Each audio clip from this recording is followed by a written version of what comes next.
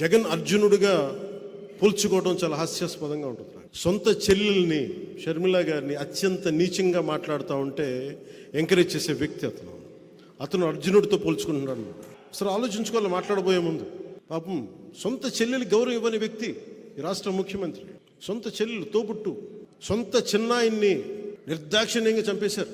వాళ్ళని వెనకేసుకొచ్చే వ్యక్తి వివేకానంద రెడ్డి గారి కూతురు సునీత గారు. నాకు రక్షణ లేదు, చంపేస్తానని ఫోన్లు వస్తున్నాయని ఆవిడ చెప్తా ఉంటే ఇలాంటి వ్యక్తి అర్జునుడితో పోల్చుకుంటా ఉన్నాడు. కొన్ని వారాల్లో ఏపీలో జనసేన తెలుగుదేశం ప్రభుత్వాన్ని ఏర్పాటు చేస్తున్నామని జనసేన అధ్యక్షుడు పవన్ కళ్యాణ్ అన్నారు. పవన్ కళ్యాణ్ సమక్షంలో జనసేనలో వైసీపీ ఎంపీ బాలశౌరి చేరారు.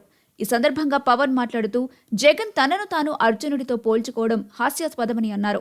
సిద్ధమంటున్న జగన్ దేనికి సిద్ధమని పవన్ అన్నారు. సిపిఎస్ రద్దు చేస్తానని, డిఎస్సి నోటిఫికేషన్ ఇస్తానని, మద్యపాన నిషేధం చేస్తానని జగన్ చెప్పారన్నారు. ఇలా చెప్పుకుంటూ పోతే అనేక దొంగ హామీలు ఇవ్వడానికి జగన్ మళ్లీ సిద్ధమా అని నిలదీశారు. సొంత చెల్లెలు షర్మిలను తూలనాడే వారి వెన్ను తట్టి ఇంకా తిట్టించే వ్యక్తి జగన్ అని పవన్ కళ్యాణ్ అన్నారు. ఆశించిన స్థాయిలో ఏపీలో అభివృద్ధి జరగటం లేదని, అందుకే ఆ పార్టీ నుంచి బయటకు వచ్చానని బాలశౌరి చెప్పారు. సిద్ధం పేరుతో సభలు పెడుతున్నారని, దేనికి సిద్ధమని నిలదీశారు. ఇకపై పవన్ కళ్యాణ్తోనే తన రాజకీయ జీవితం కొనసాగుతుందని జనసేనలో చేరిన బాలశౌరి తెలిపారు.